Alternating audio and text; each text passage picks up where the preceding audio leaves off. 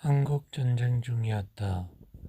산사도 화를 피할 수 없었다. 군인들은 남한에 있는 대찰들이 인민군의 은신처가 되는 것을 막기 위해 스님들을 내몰고 불을 질렀다. 또 미군의 집중적 공습마저 뒤따랐다. 스님들도 뿔뿔이 흩어져 내일을 기약하기 어려웠다. 경남 함양읍의 조그만 사찰에도 한 노승이 산사에서 피난 와 있었다. 전쟁 중엔 너나 할 것 없이 목숨 구걸하기에 바빴다. 이 절에도 전라도에서 한 여인이 피난을 왔다. 시어머니와 어린 아들을 데리고 피난 온 20대 여인은 부엌 살림을 하며 절에서 긴 일을 잇는 처지였지만 고운 얼굴에 기품이 있었다. 여인은 전라도에서 소문난 갑부의 딸이었다. 해방 전 서울에 유학해 여고까지 나온 재원이었다. 신랑은 동경제대를 나온 청년으로 소학교 교감을 했다. 당시 지식인들을 휩쓴 사회주의 사상을 일본에서 접하고 남편은 해방 뒤 군인민위원장을 맡았다.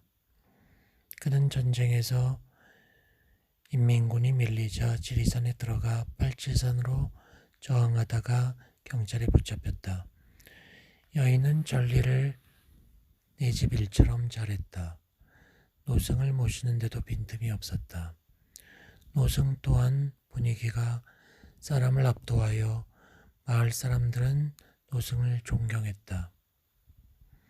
노승의 법문이 있는 날이면 좁은 절에는 마을 사람들이 가득 찼다. 그런데 기막힌 일이 일어났다. 어느 날부터 그 여인에게 이상한 기미가 나타난 것이다. 여인의 배가 불러가는 것이 아닌가. 절에 다니는 사람들은 설마하면서도 자꾸만 불러가는 여인의 배를 보고 수군댔다. 남편 없이 사는 여인의 배가 불러오니 그럴 수밖에 없었다. 당시 절엔 노승의 젊은 제자 송월 스님이 함께 머무르고 있었다. 마을 사람들은 그 젊은 중이 여인을 범했다고 수군거렸다. 이에 대해 송월 스님도 이런 방구가 없었다.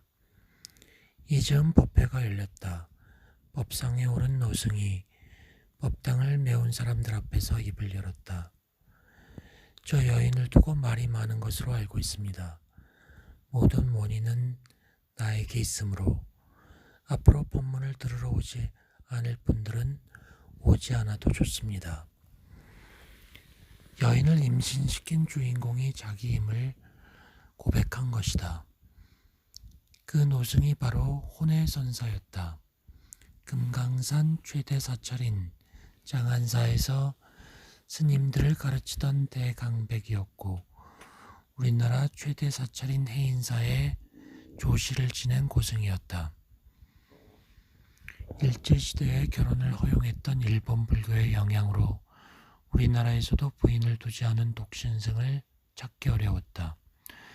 그런데도 혼외는 70평생을 청정하게 살아왔다. 그런 그가 늙은 나이에 파괴를 하고 더구나 남편 있는 여자에게 아이를 베게 했으니 기막힌 노릇이다. 고승 원효가 과부인 요속공주와 정을 나눠 망령난 중으로 손가락질을 자초한 것과 마찬가지다. 혼외는 강원도 삼척에서 태어났다.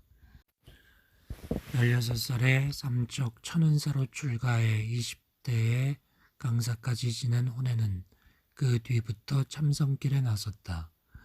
전형적인 사교 입선이었다. 사교 입선은 교학을 익힌 후엔 그 배운 바를 모두 버리고 선에 들어간다는 것이다. 혼외는 그때부터 선방에서 정진했지만 방한 동수로만 머물지 않았다. 그는 경북 김천에 머물면서 시장에서 콩나물 장사를 했다. 성객이 왜 시장바닥에 장사치러 나섰을까? 성가에선 시장바닥에 뒹굴어 보아야 공부가 어느 정도 됐는지 알 수 있다는 말이 있다. 시장바닥이야말로 시끄럽고 세속의 장사 속이 드러나는 곳이다. 고요한 산사의 선방에서뿐 아니라 이런 번잡 속에서도 마음이 흔들리지 않아야 한다. 혼혜가 시장바닥에 나섰다는 것은 그의 실험 정신과 자신감을 보여주는 것이다.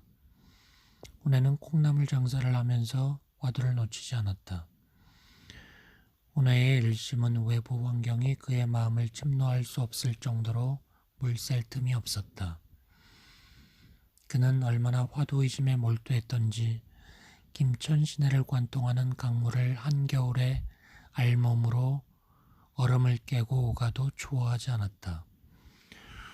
혼혜는 향곡 선사의 스승인 운봉 선사와 가까웠는데 운봉이 경남 양산 내원사 주지를 맡았을 때 실질적 살림을 혼혜에게 맡겼다. 3년간 도반 대신 살림을 맡은 혼혜는 빚 1천만 원을 다 갚고 논 세마지기를 사놓아 수행자들이 먹을 것 걱정 없이 수행할 수 있는 여건을 갖추고는 자신이 나올 때 걸망도 짊어지지 않은 채 작대기 하나만 짚고 나왔다. 무소유란 무집착의 가장 확실한 증거다. 혼혜는 그처럼 어디든 다닐 때 걸망을 짊어지지 않고 지팡이만 짚고 다녔다. 걸림없이 구름처럼 돋우는 운수납자란 바로 이 같은 모습이다. 시장바닥에서 여여한 마음을 산사의 선방에서도 이어갔던 혼혜가 여인까지 취한 뒤엔 어떤 삶을 살았을까? 불가사의한 것은 그런 세속적인 삶 속에서도 절에 살던 때와 한치 어긋남이 없이 살았다는 것이다. 스님이라도 규율이 엄한 때찰에 머물다 아무도 간섭하는 이 없는 속가에 나오면 곡차를 들고 곰방대를 무는 게 예산일이었지만 혼혜에게 그런 모습은 없었다. 이나 밀려 자식을 두었지만 혼혜는 새벽부터 예불을 하고 경을 읽고 좌선을 했다. 암양백운산 상련대에서 혼혜는 수자들과 암양선비 등 10명에게 참선을 지도했다.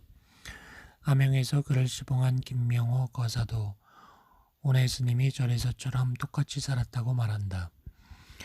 노승을 지아비로 모신 여인은 혼혜에 대한 존경심이 지극했다. 여인에겐 누구에게도 말 못할 아픔이 있었다. 전쟁 중 끌려간 남편은 살아있었다.